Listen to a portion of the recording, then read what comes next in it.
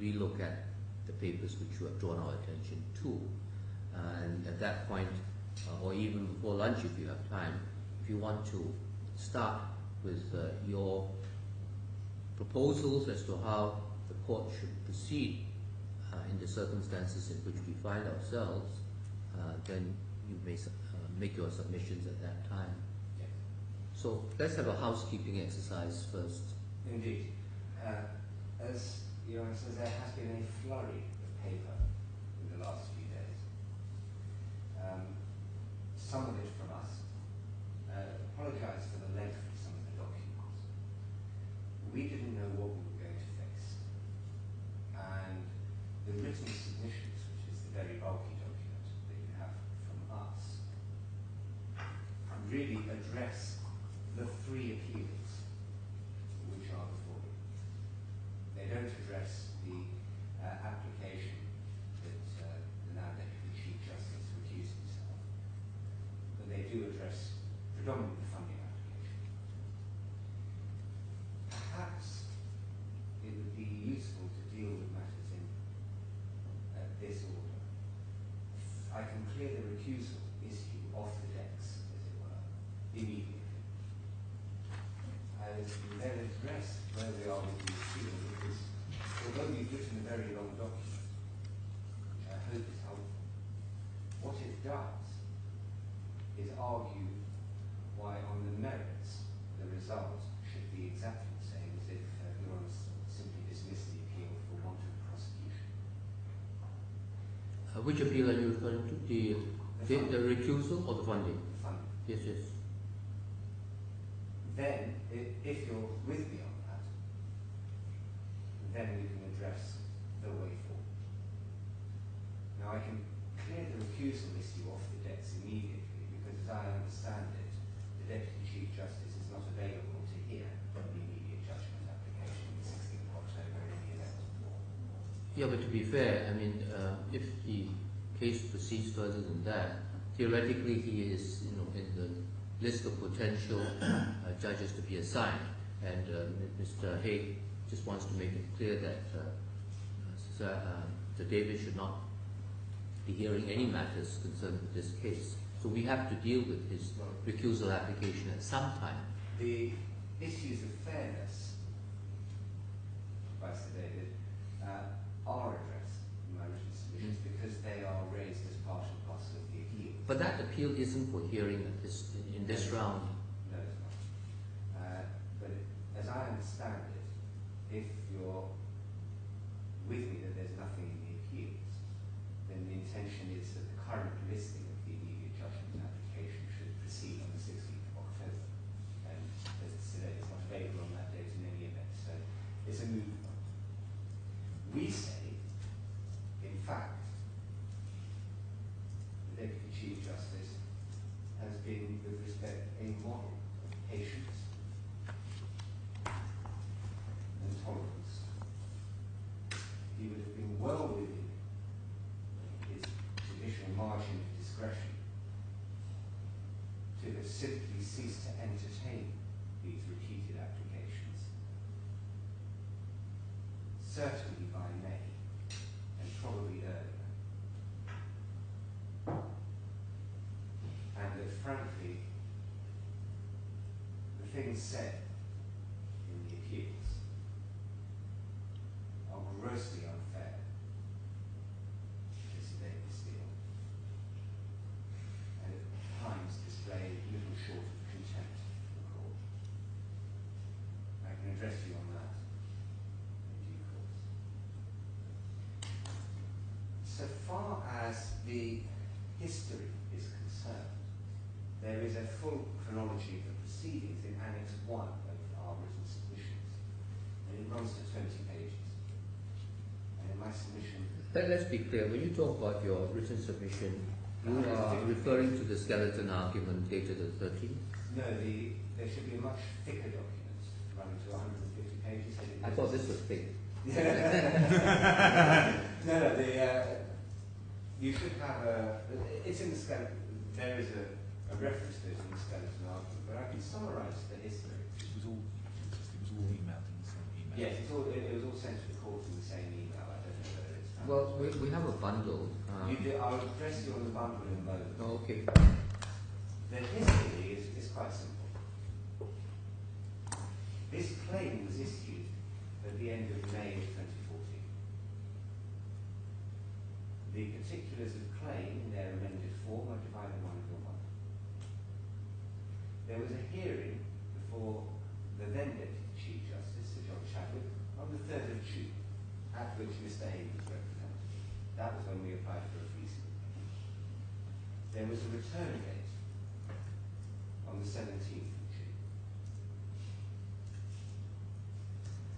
On the 17th of June, Mr. Haigh could not recall whether he owned or held the bank accounts into which our money went.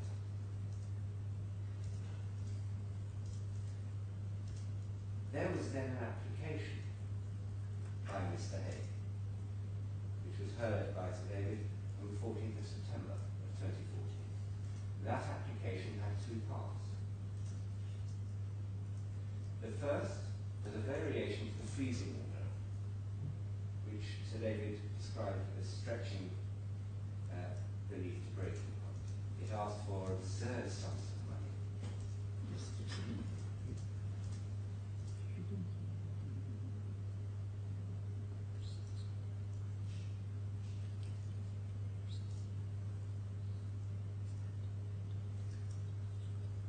No, but I think whatever this is of help was understanding.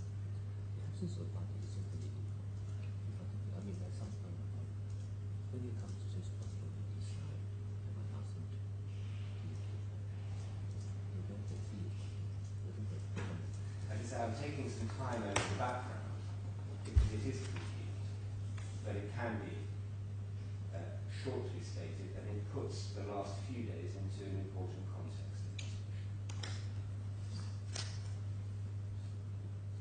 The application in September had two parts, as I say, to vary the freezing order to permit huge sums of money to be expended on living expenses, and also for extraordinarily wide-ranging disclosure of essentially the whole of GFH Capital's trading records for the last 5 or 6 years.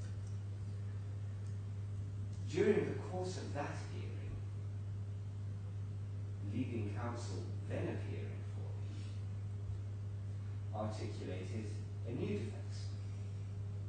And the new defence was that yes, he had received all of the sums that we allegedly received, but that it was part of some form of financial dealing in which Mr. Haigh would receive large sums, he would expend the large sums for GFH Capital's benefit, and at some stage there'd be a reconciliation. And that for reasons as yet unexplained, GFH Capital had created a completely fraudulent audit trail. Now it's important to bear in mind that in between the hearing before Sir John Chadwick and the hearing in September before Sir David Steele, orders were made against banks in the United Kingdom to disclose the details of the bank accounts into which our money went. In December of 2014, a defence arose. It is almost totally devoid of particulars, and you have it behind file 2 of your bundle. The defence makes a number of allegations at the outset about GFH Capital. It accepts receiving the payments, but it suggests that all of those payments were either expenses or salary or commissions. But it doesn't condescend to particulars of which is which. And then asserts that there is a massive counterclaim, but he doesn't have the funds to issue it. So what was the counterclaim? I'm sorry? What was the counterclaim? The counterclaim is in relation to, it's part of the defence. It alleges that GFH Capital owes millions of pounds sterling in commissions. Okay. Now, it's as yet unclear whether those are the same commissions which it is said were the payments into his bank account supported by a fraudulent audit trail. His difficulty in suggesting that he doesn't have any funds with which to issue a counterclaim is twofold. First, we agreed to release the sum of sterling in September for the purpose of facilitating a defence and getting on with this case, notwithstanding that we claim it is our money that he spent. Second, by the time he filed his defence, he issued a claim in this court against GFH Capital and a gentleman named Hwang, and a claim in the Queen's Bench Division of the UK High Court. Right, you're saying, is there another case in the DIFC? Or? Not anymore, it was struck out by Sir David in May of 2015. So, along with the defence came a further application to vary the freezing order, this time seeking £700,000 on top of the £200,000 already released for legal representation. It was said to be extremely urgent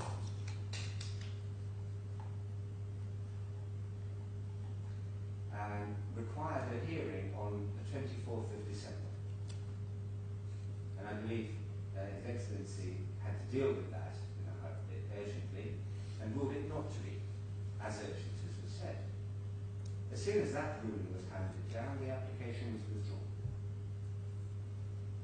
In its place, in February, came a new application. Right, now, into which year? 2015. In February of 2015, came a new application. This time, the amount sought for legal fees was left blank in the draft order, but it was said that Mr. Haigh had already, up to the 12th of February of 2015, incurred time costs and professional services costs with a total value of £1.4 million,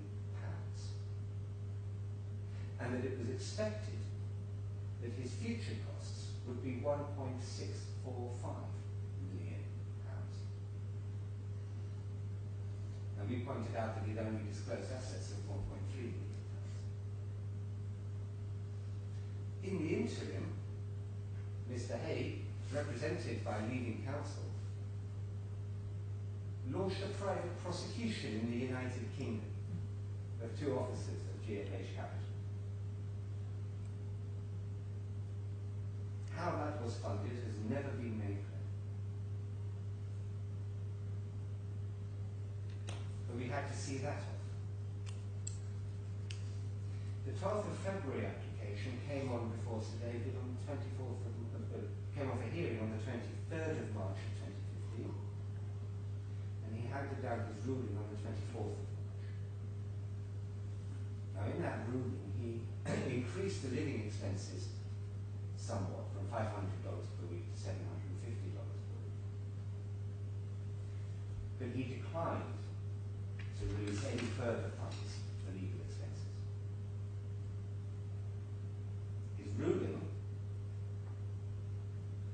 you have behind divider.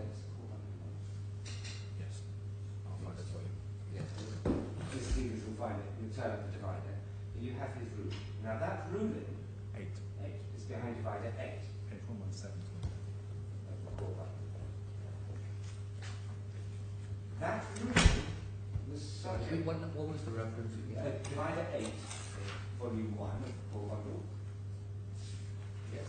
And it's been paginated at page 118 on. It's a local ruling. And it deals with that application in February, date of February. So this is 23rd of March. Yes. 15. Yeah.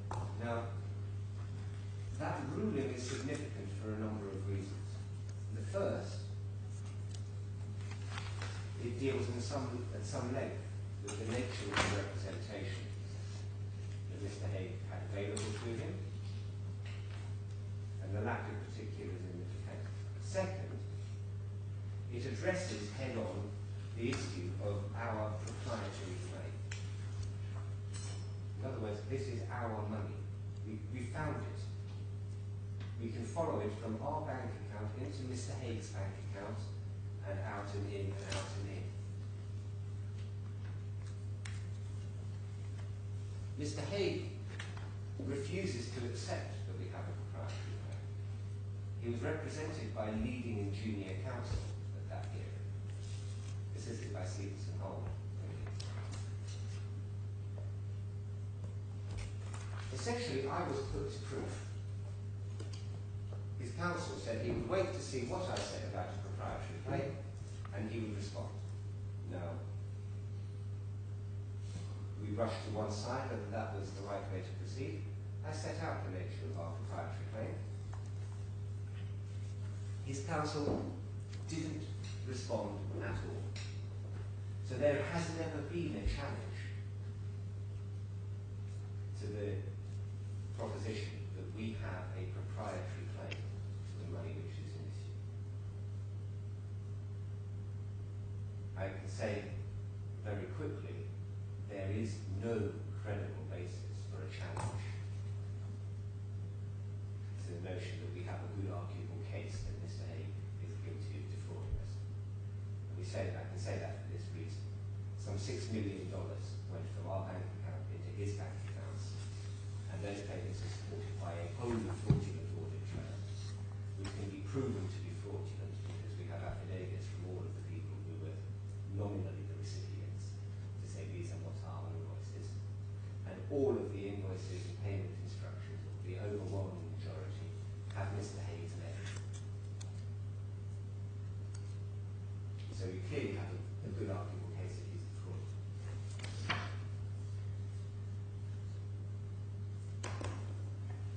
So David also reviewed Mr. Haigh's credibility and highlighted that he is in fact in breach of the freezing order made by Sir John Chadwick. A few days after it was made, he transferred 2 properties in the United Kingdom into the name of his sister.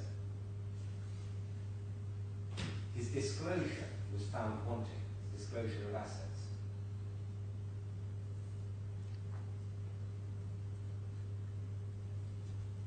And of course there is the ever-changing nature of his defence.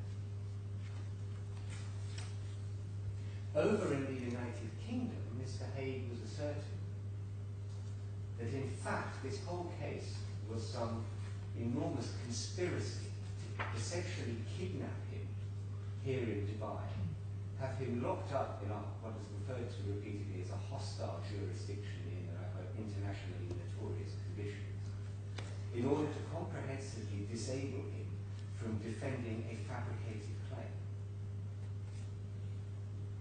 Now that's not actually what's written in his defence, as you will see.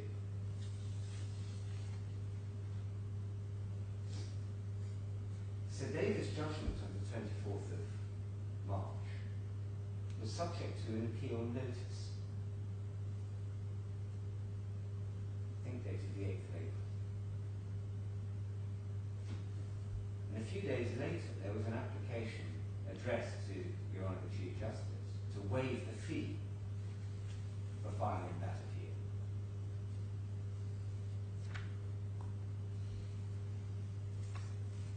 A few days after that came the first of the applications which gave rise to a ruling now subject to appeal. It was the 16th of April of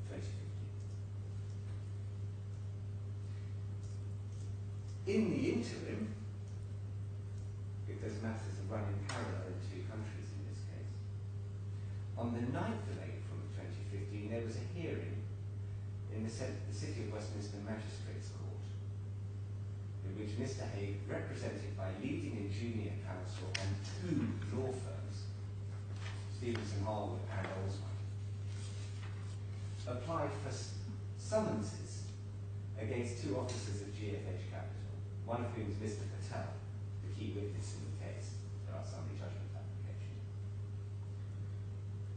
to answer charges of human trafficking and conspiracy to defraud.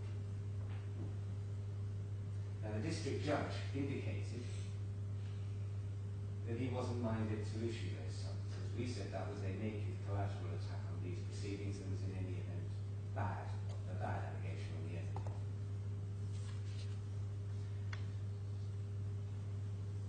So the mid-April application, this time sought £550,000. The living expenses have gone by the board.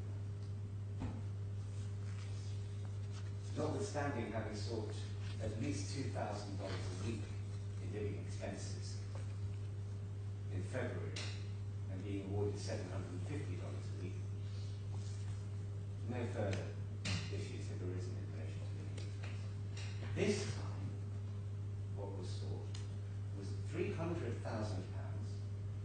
for Stevenson Harwood and £250,000 for other service providers, including council. Including council. That, again, would have eaten up pretty much the entirety of the lifted funds we've been able to find.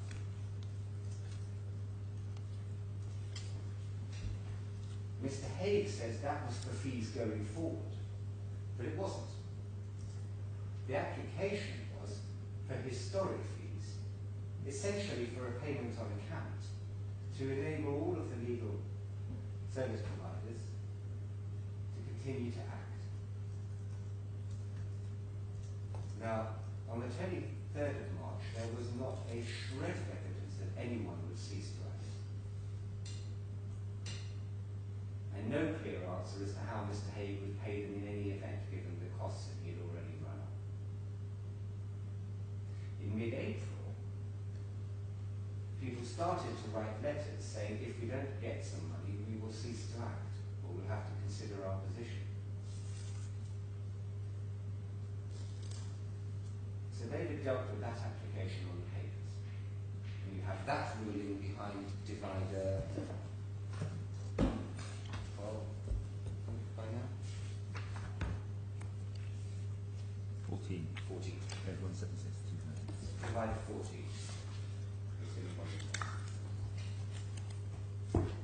That is the first ruling which is the subject of appeal.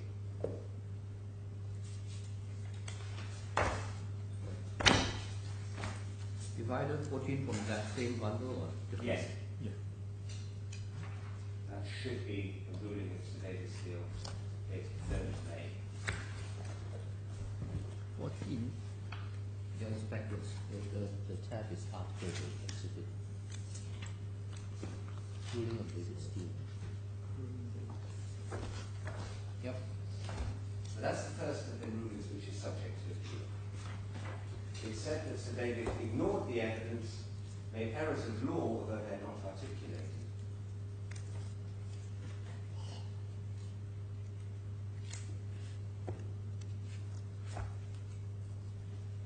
And it was a robust ruling. But again, it dealt with the application on its merits.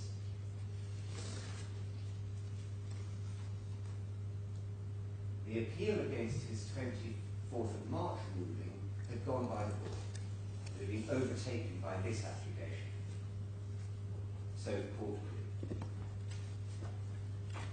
To this day, there is no appeal against the 24th of March ruling. None articulated.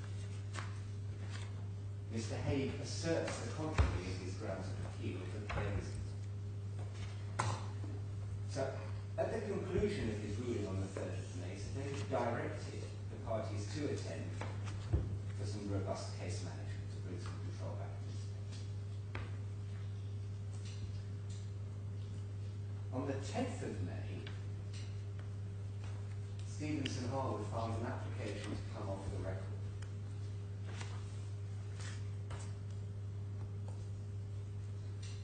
But they filed a witness statement in support of it, which actually said, unless we get £550,000, we will come off the record. Now you can imagine the robust response we put in. And there was a hearing before Sir David, the 14th of May, 2015, which was, in effect, an impromptu further application to vary the freezing order to release £550,000. It was the same application, but now it was said, well, there is clear evidence that all of the lawyers will withdraw because we filed an application.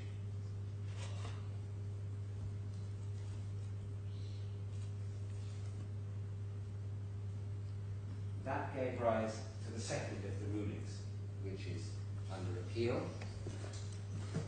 And that you have, I'll just keep this. That you have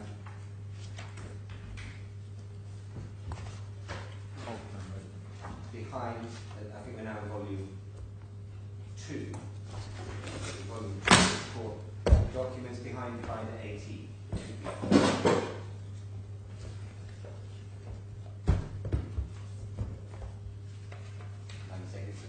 Sorry. What is the 18? Core volume 2. yeah? And Binder 18 should be the first slide that you have.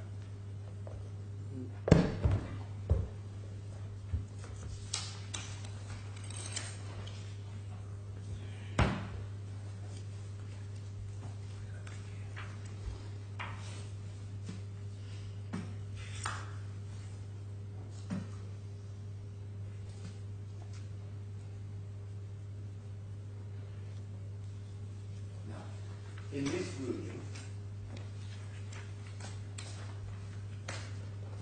so they have again jumped. sorry, I'm not with you yet. Because the first bundle ends Tab 17. at 17. The second one starts at 21. No, 18. CB2, 18 to 39 to 49. That's the authorities. You're looking at the authorities bundle. Perhaps if I might approach it. Yes. We passed the originals to you. Perhaps if I might approach, I might be able to assist you. This Sorry, one, Omar. I don't have CB2. That's a short answer. I don't have that one. Is there another one? If you have more bundles than I do. Do you have another CB2? We have CB2. that might assist you. Do you have CB2? No. Yeah, that's what I'm talking. We have another copy. Thank you. So,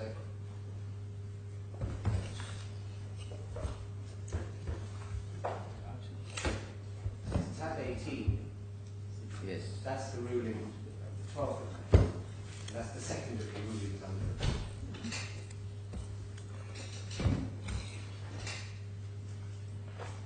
Once again, it is said that Sir David ignored the evidence, erred in law, denied Mr. Haigh a fair trial.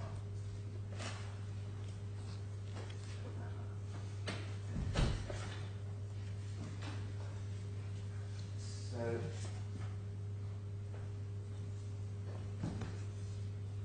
by now, over in the United Kingdom, the criminal prosecution had been put on hold. When the district judge indicated he wasn't minded to issue a summons against Mr. Patel and Mr. Arayat, his leading counsel said it's not possible to make that sort of ruling without hearing from Mr. Haigh in person. And we must set up a video link and adjourn proceedings.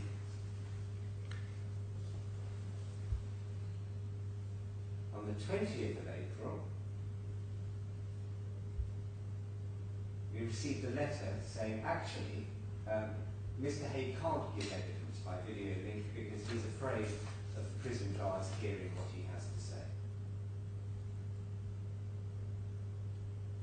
On the 28th of April, the Daily Mail, a newspaper in the United Kingdom, published an interview with Mr. Haigh, which the reporter described as having been conducted via Skype on a mobile telephone borrowed from one of the prison guards. Meanwhile, in the United Kingdom, Mr. Haigh's lawyers are alleging that he is the victim of inhuman treatment.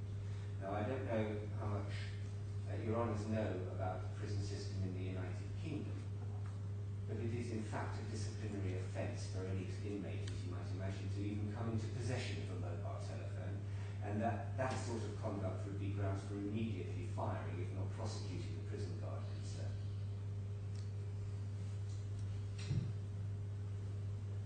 The criminal prosecution then went off into the long grass because his lawyers became unavailable to deal with that case for the next 2 or 3 months. On the 28th of May, Mr. Haigh wrote a document in person. Once again... Sorry, we are in 2015? Still in 2015. Yeah, because you went back in the sequence, you see. Yes. So you're starting to talk... Everything I'm saying now is 2015. Yes, okay.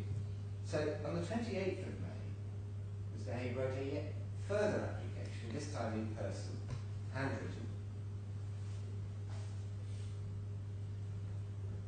in which he once again sought the release of funds, but this time only for the prosecution that he was facing in this jurisdiction. He sought the total sum of, I think it was 1.7 million dirhams to be paid to 2 firms of lawyers. And it was asserted it would be a breach of his fundamental human rights if he wasn't allowed that representation.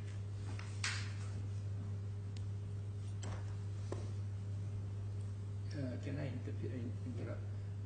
How much is left in the money? The money is that you're holding back about 6 million, $5 million or $6 million. The money, the cash, Yeah. is about £600,000, we were last told. 680? Yes. 680,000 pounds out of 900,000. Property assets.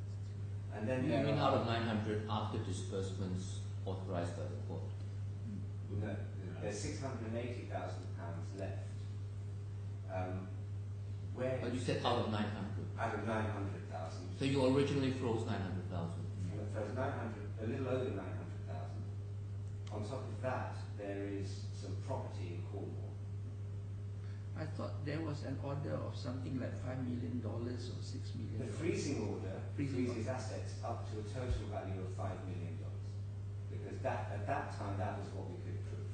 $5 million is how many pounds? Because you keep on At the from time, pounds to dirhams to dollars. USD is $5 million is how many pounds? well, at the time, it was approximately £3 million. So now you have only 680 Plus property assets. as of today. Plus property assets. Well, do you know what's the value of property assets? No, because we haven't had any meaningful disclosure from Mr. Haigh. It was asserted to start with, of course, the property was ramshackle, but we now believe it's actually a trading business. So, in short, you are saying that in response to my question, the amount is what, from 3 million, now you only have 680 plus some properties. Well, what we sought was a freezing order limited to the value of the fraud that we could claim. Which is about 3 million, Yes. 3 million pounds. Yes. And then it's a matter of disclosure from the defendant as to what he owes and our investigations. Now, our investigations have turned up more assets than he disclosed, and we suspect he still has quite a few other assets, Oh, but at the moment there's no application. There is a freezing order in the United Kingdom, which is ancillary to the freezing order. oh, that's another freezing order in the kingdom. It's supported. It's an application made to support the freezing order made by Sir John Chaplin, and there's a similar order in Guernsey in relation to the company which owns the cash. So, Sorry, you can go back to what you were saying just now, sir. yes. So on the 28th of May, Mr. Haigh said it would be a breach of a fundamental breach of my human rights not to allow me to spend 1.7 million euros, which Sir David calculated was approximately £300,000.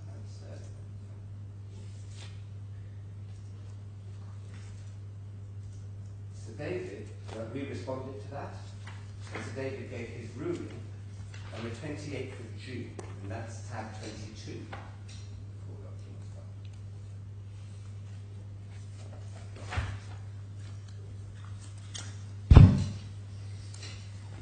Now, far from ignoring Mr. Haigh's human rights, Sir David focused on them throughout the ruling. It's just that Sir David couldn't find any evidence that Mr. Haigh's fundamental human rights were going to be violated if he couldn't spend 1.7 million euros. There was no evidence that the courts of the UAE would provide no translation services, but in any event, all of the documents that prove Mr. Haigh's guilt are in English.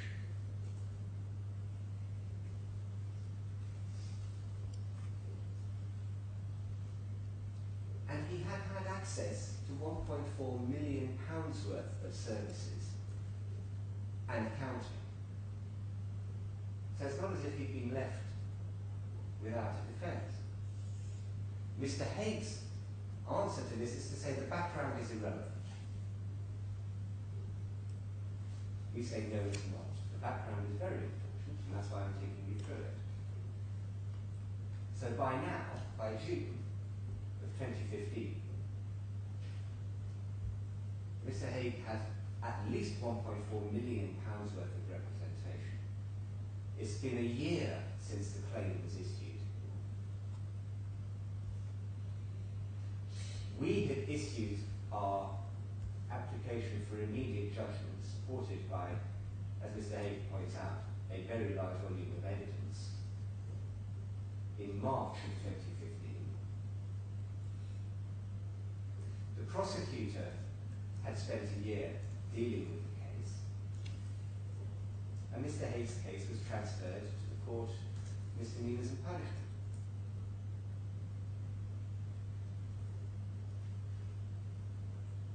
So just to get clarification, when you said that he had at least £1 million in legal representation, this is what he was billed, or this was funds that he had been... Well, again, the evidence is far from clear.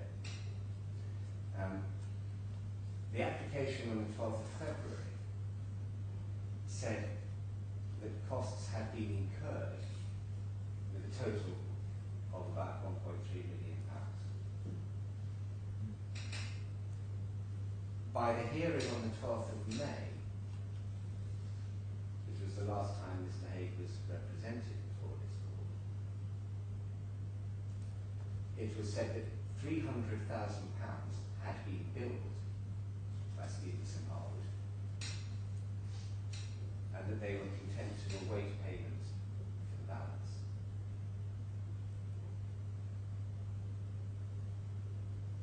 This is for past fees. Yes. That's what was said. But we, for the life of us, with respect, cannot understand how any law firm would incur over £1 million worth of speculative time costs. That's what Mr. Justice Steele said as well. Exactly. And that was our submission too. It simply beggars belief that so many lawyers and so many accountants and so many service providers would incur this level of representation unless there was some promise of payment. And it is worth taking stock. Of course, by June of 2015, Mr. Haigh had been represented before Sir John Chadwick by KBH Henry. He was represented by Baker and Mackenzie Habib al-Mullah in criminal proceedings at the outset. Stevenson Harwood entered the picture in July. He was represented by leading counsel and junior counsel, supported by Stevenson Harwood, both in this court in September and in the UK High Court in August of 2014. He had access to two other, at least, firms of solicitors in the criminal proceedings. This is his evidence. There was a different leading and junior counsel who appeared for him in the March hearing, March 2015 hearing for this court. He has a yet further leading and junior counsel running the private prosecution, which I'll come back to in a moment. He has had 2 other firms of solicitors in the United Kingdom. He has had the services of 2 firms of accountants. He has had the services of 2 handwriting experts. Translation services in the tens of thousands of pounds. Electronic documents transferred from Guernsey to London. These are all his invoices. This is his evidence that I draw. So to say he's been left isolated and disabled simply is contrary to his own evidence. We have had what was known as the share claim, the claim I referred to in this court, struck out by Sir David on the 12th of May. A claim against Mr. Patel and Mr. Rao-Reyes issued in the Queen's Bench Division of the High Court of the United Kingdom, served on Mr. Patel but never progressed. A claim issued by one of Mr. Haigh's companies against GFH Capital in the Commercial Court in the United Kingdom, never progressed. And the private prosecution, which I now come back to because we're in June of 2015 in the chronology, finally on the 12th of June time ran out and the judge said I am having a hearing. And Mr. Haigh, again represented by leading the junior counsel, attempted to withdraw his application for summons and abandoned his proceedings. Now in fact he wasn't allowed to do that. It was the application was dismissed for various procedural reasons to do with UK law. That is the background to the notices of appeal, which all came on the same day in July of 2015.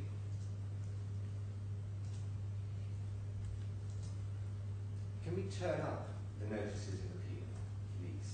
They begin behind Divider 23, Volume 2 of the Core Bundle.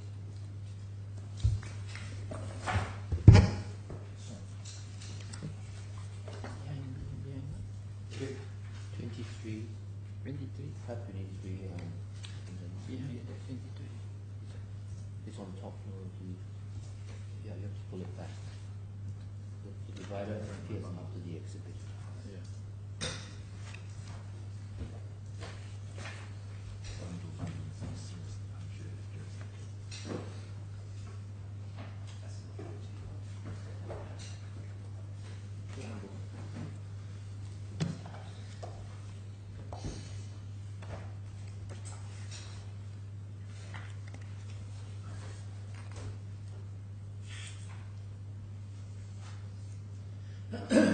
Begins Divider 23. This one's tight.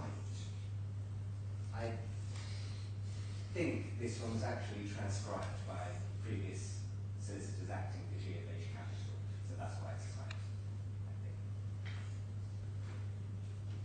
But behind Divider 24, I shan't take you through these documents, they're lengthy. What I would invite you is to consider the first 2 pages are typed. Maybe give some names, like to say. But can I ask you simply to take note of the handwriting as we now go through these pages? So pages 1, 2, 3, 4, 5, 6, 7, 8, 9, 10, 11, 12, 13, 14, 15, 16, 17, 18, 19, 20. So, are you at tab 26? 24.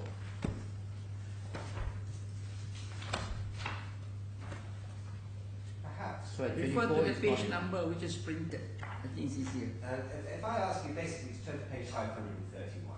31. Still there. 531. Yeah. And then 532 is different handwriting.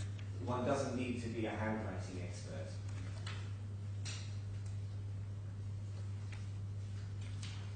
So 531. 531, and then over the page, 32. 532. One doesn't need to be any sort of handwriting expert to see these are tangibly different hands. But it is supposed to be a continuous. It is. And if I ask you to turn to page 542, perhaps the extent to which whoever has created these documents takes the court for fools. These two tangibly different hands are on the same page. Page 542. So what are these documents meant to be? These are Mr. Haigh's grounds of appeal, which he claims to have written from his prison cell, isolated, without writing paper or pens. Mm. And if I ask you please to turn over to tab 25, page 552, It's different. it's a different hand again. No, I've seen a lot of this handwriting. That's Mr. Haigh's handwriting. That is in fact Mr. Haigh's handwriting.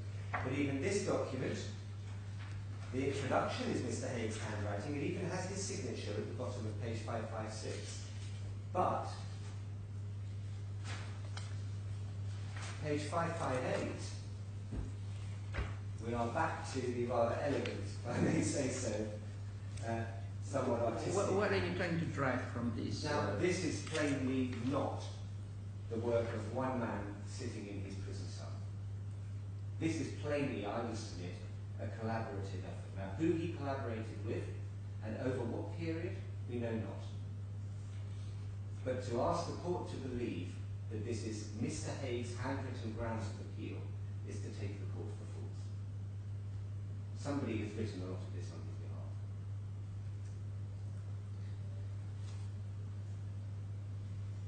In August of 2015, Mr. Haigh was convicted by the Court of Misdemeanors and Punishments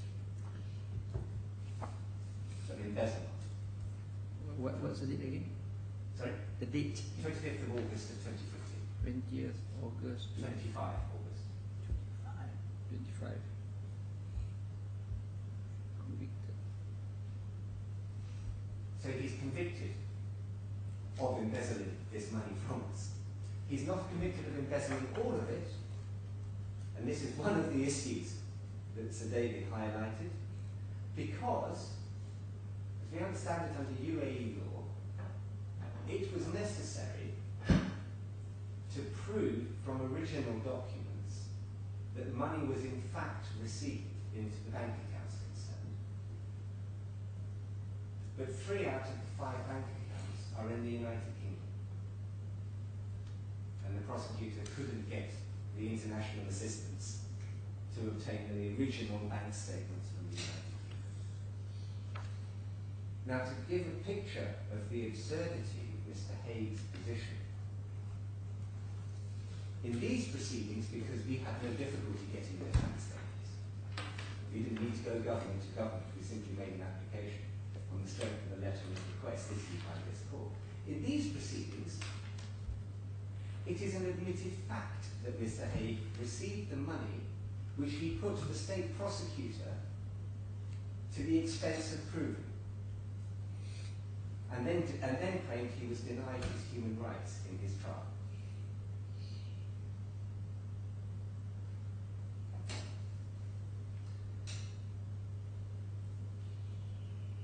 These appeals eventually caused a de facto stay of this claim, and have done until today. And he's trying to make use of all your money. Sorry? Trying to make use of all your money. Quite. He appealed against his conviction, and that appeal was dismissed, I think it was the 12th of October, 2015. By the way, I think what my brother judge was saying is that that's your case, that he's making use of your money. Well, we hope he's not, because if he is, somebody is facilitating some pretty serious breaches of freezing orders in this court, the United Kingdom court, and the Guernsey court.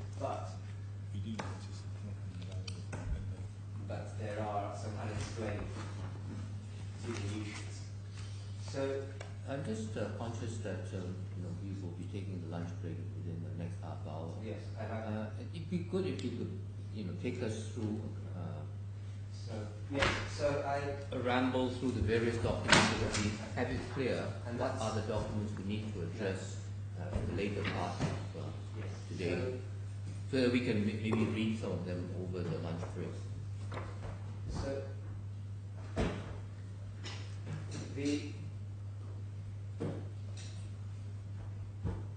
the next stage of the chronology happens in the United Kingdom, where in 30th of December, Mr. Haigh issues a claim for judicial review of an order made in the criminal court that he pay costs wasted by his foray into the private prosecution. He is released from custody in March 2016. Which part of March? It was the 21st, I believe, maybe 22nd of March of 2016. Mm-hmm. So Mr. Haigh has been at liberty, able to deal with this case if it pleased him. Would you know where he is now? Any Can information? I come back to that? Okay. He was supposed to attend this court to deal with these appeals on the 24th of May. But he did nothing about these appeals. He simply ignored the Honourable Chief Justice's order for filing skeleton. At the same time, he renewed his application for judicial review of the costs order, and a few weeks later filed a 56-page witness statement before the court in London, which the court there said actually that's not relevant evidence and refused to admit it.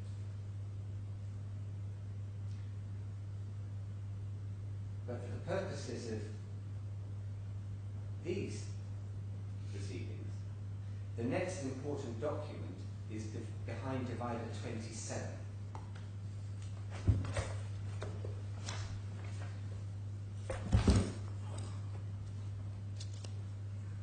Divider 27 is an email order of this court which adjourns the appeals indefinitely, takes out the hearing date from 24th of May. I don't think I've got the right document here. What page is it? I've got 618, which is a letter. 618, yeah. Yes. Letter from Alan Jones? No, Great 27, sorry. That is 27. That is After 27. 27, before It might be behind divider. Don't know. The page is 620. Yes. Essentially, what it is a single, it's a very short one paragraph email which directs that the appeal will be adjourned indefinitely and gives directions finally for the disposal of the immediate judgment application. This is the email by Lima Yatim. Yes. Lima Yatim. And then behind the next divider,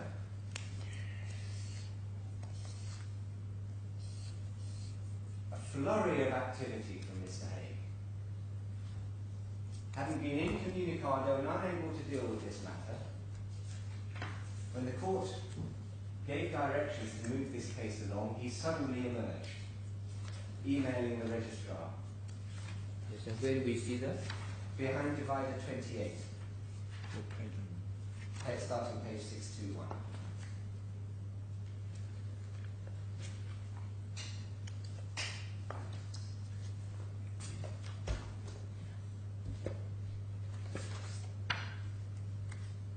621 is a registry letter. Yes, and if you go behind that,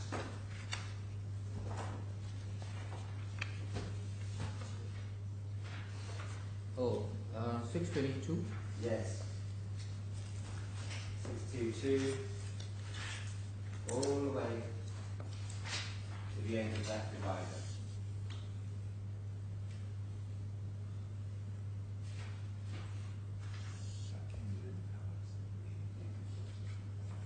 And this helpfully reminds me, this came within hours. Okay, so the attachment he refers to is 623. Yes. His letter to Brian K. Yes.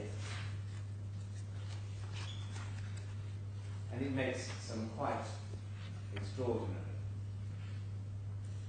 demands, requests and allegations. The next important He said so. I'm writing to you with the aim of getting various cases back on track. That's what he says. That's what he says. So the next important document is behind divider 30.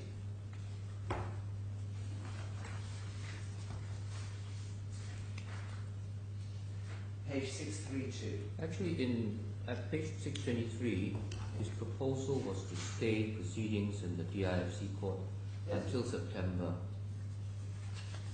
which is now. Yes. Okay, He makes a number of others. yeah, carry on. Page 632.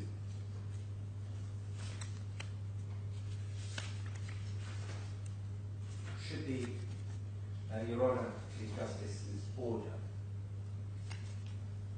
Mm-hmm. of the 27th of June. Mm.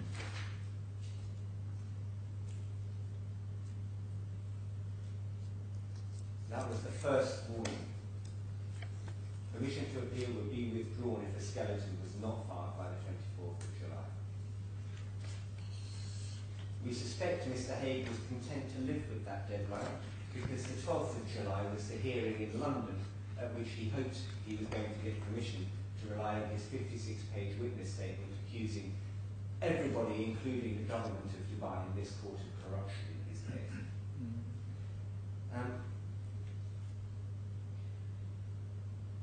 Of course, nothing came by the 24th of July.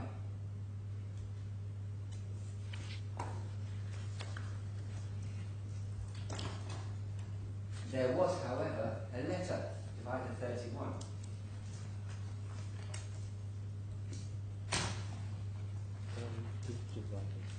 Yeah, I think you better refer to page numbers. Page 634.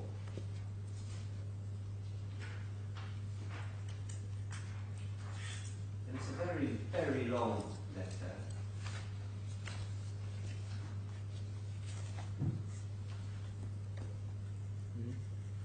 And it attaches at page 654 what purports to be a psychiatric report. What Mr. Haigh is setting up here is, for 2 years he was debilitated by being in custody. Now he is debilitated by reason of suffering from what he claims is post-traumatic stress disorder. Now, we've made submissions in writing to the court about this report. What you will note, if you consider it, is that the professor is very careful not to make any sort of diagnosis in respect of Mr. Haigh. And the Priory Clinic is a very well-known clinic in the United Kingdom for celebrity addiction problems. It's a private clinic.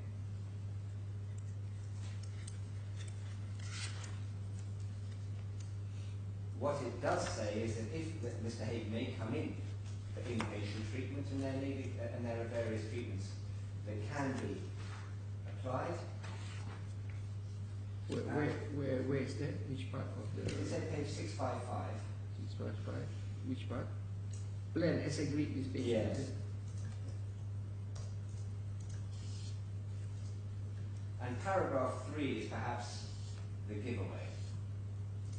He has been advised that the proposed treatment may be a lengthy process, initially as an inpatient, the length of which will likely be determined by his health insurance funding. In other words, how ill Mr. Haigh is dependent on how much money there is to pay for treating him. I don't think that's right. Again, it takes the bull for fools, but that's what he's trying to set up. No, I don't think that's what he meant. Of course, the professor, in fact, I think what the professor was asked to do was to write a report as best he could to suggest that there were issues to address with Mr. Haigh's mental health.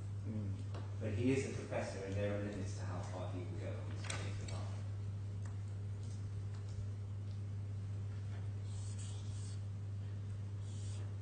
Be that as it may, on the 10th of August, the Honourable Chief Justice made a further order, page 657.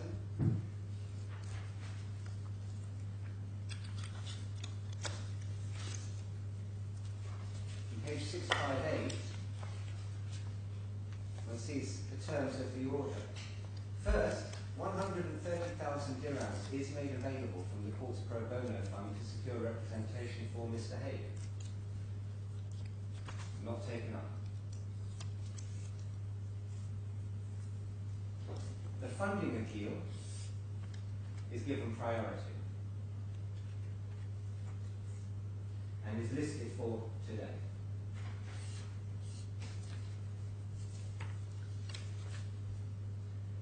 The page, the time for its filing a skeleton argument is once again extended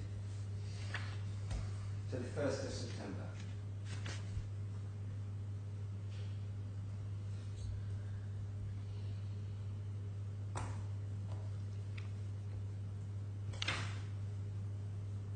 And it is said, paragraph 7, failure to meet this deadline will result in the striking out of the releasing funds appeal.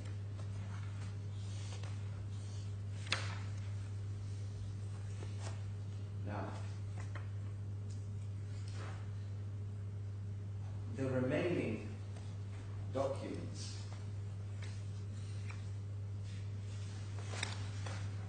page 660 onwards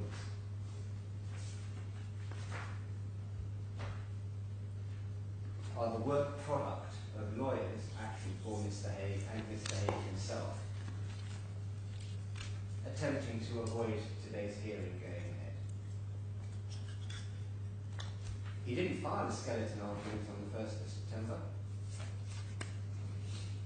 but he was given a yet further extension.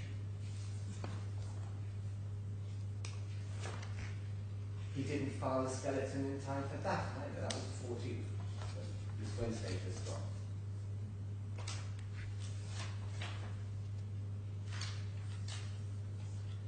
What did happen in the interim was that Miss Hattie sent an email erroneously on the 8th of September saying that the appeals were struck out for failure to file a skeleton argument because the original intention was that he be given a further 7 days, not a further 14 days. You pointed out that whilst that may have been the court's intention, was very easily understood. The email had said until the 14th of September, and so in fairness to Mr. Haigh, he should perhaps be given that opportunity. Nothing. What did happen is the final 3 dividers, final 3 documents, Mr. Haigh's new applications. The first 2 of which are applications for permission to appeal from the orders of this court, from the case management orders of this court. And the third of which is a new application to stay proceedings and release funds on essentially the same grounds as the first. Is this at 678? Yes. Yeah. Yes. But what was 678 is the application for permission to appeal Your Honour's order of the 10th of August. And, sorry, what was the other application that said? 691 is an application to appeal the registrar's direction at the 9th of September that this hearing will go ahead. And then 704 is his application for the release of funds and a stay of proceedings until his capacity returns. They all came, in fact on the 12th of September, they're dated the 11th of September, they came on the 12th, which was last Monday. Last Wednesday, 123 paragraphs of skeleton argument was delivered to us in Mr. Haigh judicial review. Now the contents of that skeleton argument needn't trouble you, that's why they're not before you, but they're here if you want to see them. Look at paragraph 4. I'm currently on the following medications. Yes. Do you know anything about medications? Yes, basically he's suggesting he is completely No, he has incapable of- morphine, tramadol, diazepam, Xanax, whatever it is. So if this man's assertions are true, he is on an incredibly powerful cocktail of medicines that would be expected to have completely debilitated him from being able to move.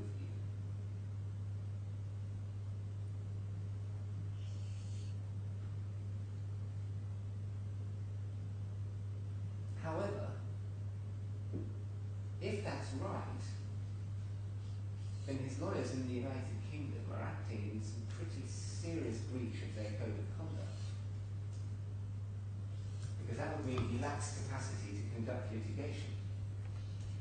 The stance which appears to have been adopted by Mr. Haigh, and indeed Keystone Law on his behalf, is that he has capacity to conduct judicial review proceedings in the United Kingdom, but he lacks capacity to engage with this court.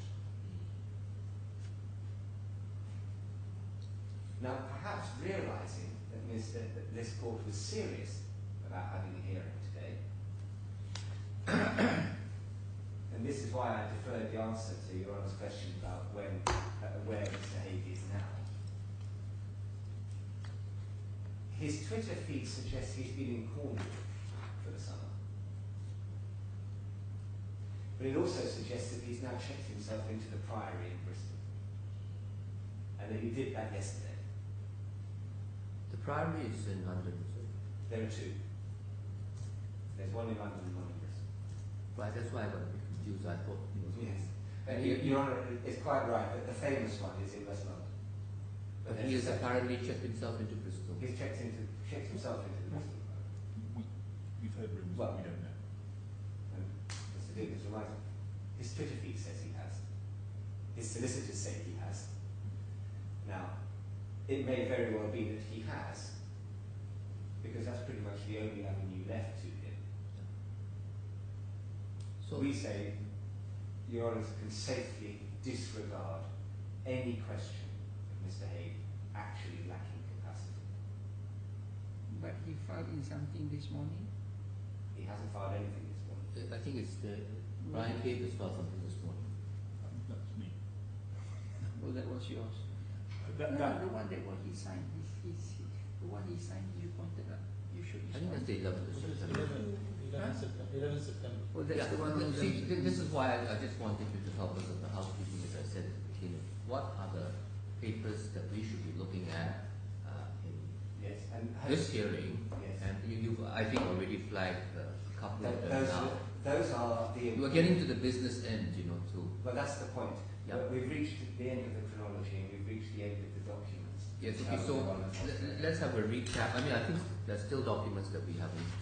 There are other documents in the core bundle, but in order to get a flavour.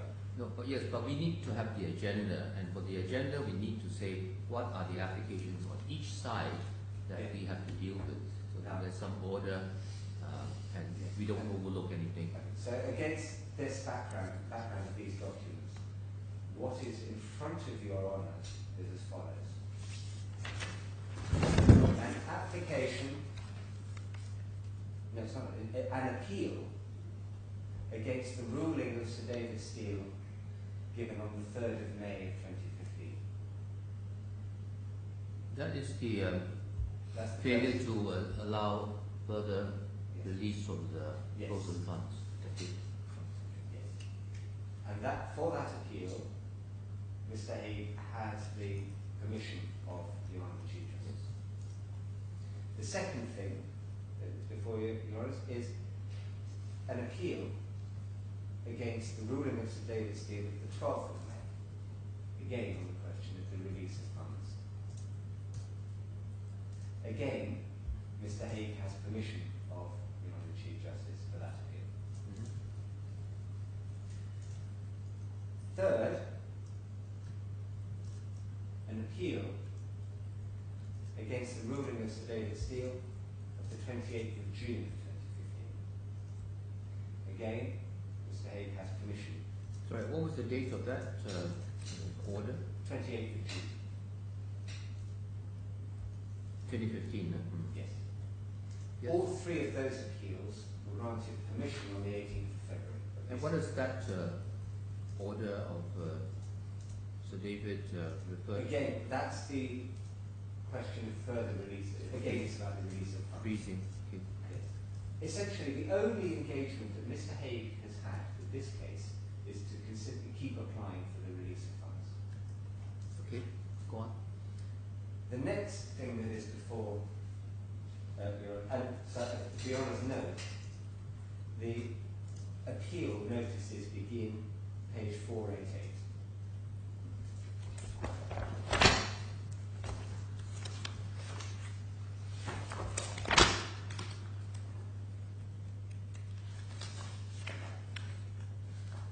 And so far as those three appeals are concerned, the issue before you, in my submission, is whether they should simply be dismissed.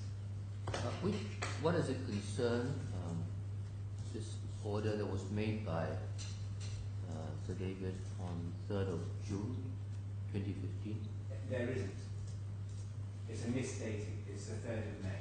It's the order of the 3rd of May. Okay. And It took me some time. which you have, Yes.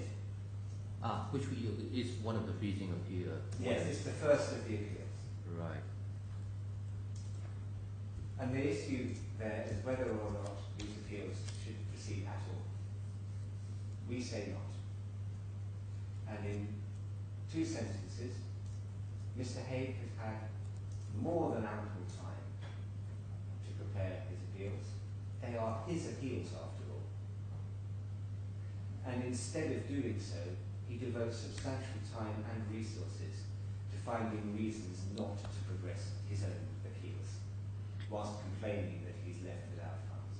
No, but procedurally, he has got something which is, see, all of these freezing order variation applications which were denied by Sir David were encapsulated in today's hearing, and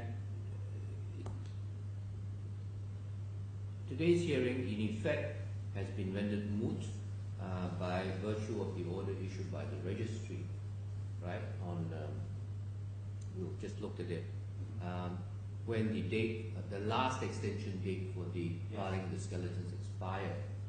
But he has another application which you've shown us previously, the application for permission to appeal the order of the registrar, 10th of August, Yes. right? So that's on the agenda. I was coming to that. Okay, please do.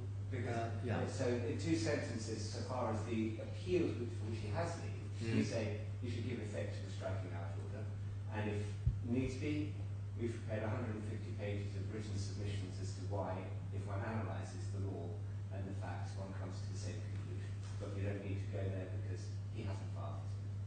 He has instead of pursuing his appeals, there are before you an application for permission to appeal, otherwise reopen Your Honour's order of the 10th of August.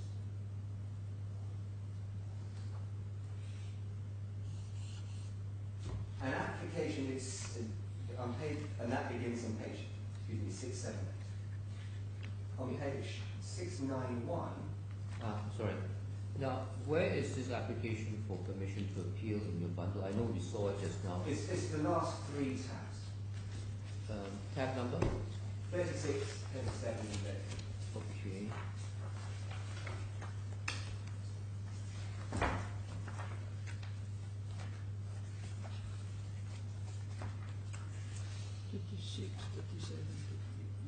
two of them say application for permission to They appeal. do, but the first one, if one looks in paragraph 1 of the application, I filed a statement in support of my application for permission to appeal the ruling of the Chief Justice dated 10th of August. If one goes to the next tab, in paragraph 1, it says, I filed this statement in support of my application for permission to appeal the ruling of the registrar dated 9th of September. And remind us what that is. The 9th of September was the email that said, in essence, if there's no skeleton argument by 14th of September, the appeals will be struck out. Yeah, so it's all the same rubric. It is. And then, finally, Yes. page 704, tab 38, what is described as a critically urgent application for various reliefs. Yeah. Now, what Mr. Haigh is actually asking for is that his applications for permission to appeal not come on until November of 2016 once he is released from hospital. Where do we see that? Paragraph 1 of each of the applications.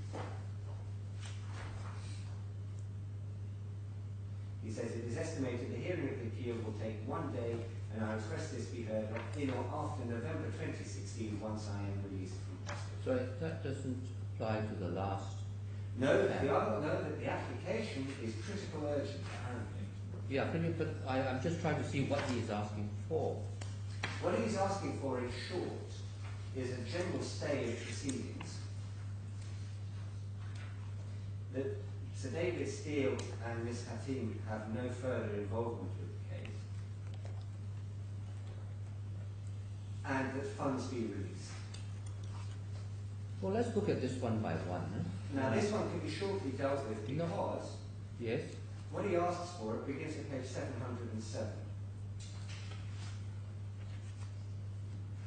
Yeah, I'm looking at it. It's quite extraordinary, this application. No.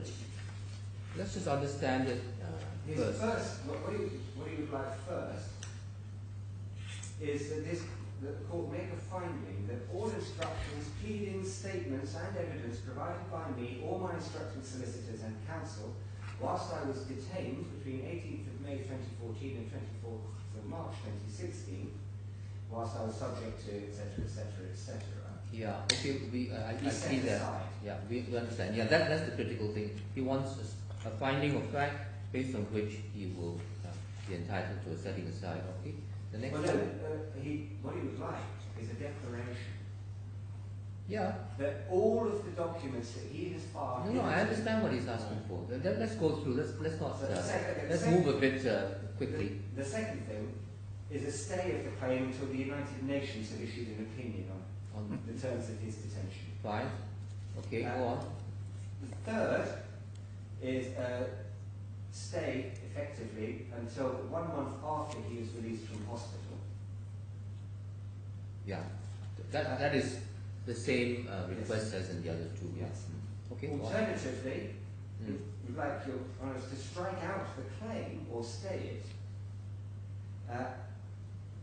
pending proceedings in the Dubai court. Now, what that is the criminal proceedings. They're at an end. Yeah, but he had this. We'll come back to it. Yeah, I'll come back to it because he claims that there is a collateral civil claim. Yes, but we'll come back to that. Sure. Go on. 23. The next thing he asks for is a stay of the claim whilst the whole issue is referred to the new jurisdiction committee. Then he asks for the release of funds as reasonably required to enable him to appoint lawyers, prepare and file a revised defence, file a counterclaim, respond to the immediate judgment application, respond before to the appeals, respond to his own appeals. Defend associated matters in Guernsey and London, defend any attempt by the claimant to appoint a litigation friend as recently threatened by them. So, in the same breath with which he says he is in hospital and lacks capacity to conduct litigation, he also wishes the release of funds to argue against the appointment of a litigation friend, which is a UK procedural step. If somebody is mentally incapable of conducting litigation or they're a child, then they have to have what's called a litigation friend, which is a responsible adult, to take the decisions in the litigation forward. So the litigation friend may not be available here under our rules. That may be a different issue. Yeah. But Okay. we'd like to fight it off in the UK because the consequence would be some significant difficulties for him.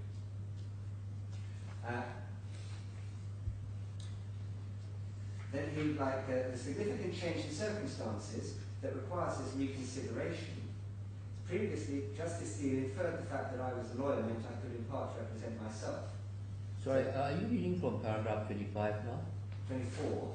Yeah, okay, sorry. 25 is more funds to be released.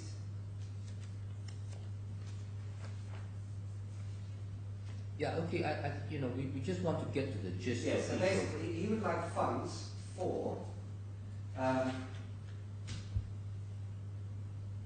basically starting with it. First, the gist of his application would appear to be that the court should set aside everything that has happened over the last Let's not argue it. I just want to understand what he's asking for, please. That is what he's asking Let's for. take us back That to... is what he's asking for, Your Honour. He's asking for the court to set aside the entire last 2 years and then release unspecified sums of money to enable him to petition the United Nations, the English courts. No, you're going back to paragraphs 1 and 2 when I'm trying to progress it No, from paragraph 24 and 25 That is what onwards. he's asking for. And in paragraph 26, he asks the court to conduct an investigation. If you will follow my pace, we will both get on much better. Take me through paragraph 25, please. Paragraph 25, he is asking for such sums as are reasonably necessary to obtain local counsel to seek a retrial of his criminal case, based on new evidence which he says the DIFC court prevented him filing, and new evidence obtained since his release. Once again, there is... But it comes down to funding. Yes. Okay, go on. 26 is to release further funds to enable him to file a criminal and civil complaint against an unnamed individual who he says took £30,000 for defending the immediate judgment application, which is news to us at least. 27 is an order about the registrar. 28 is a directions hearing.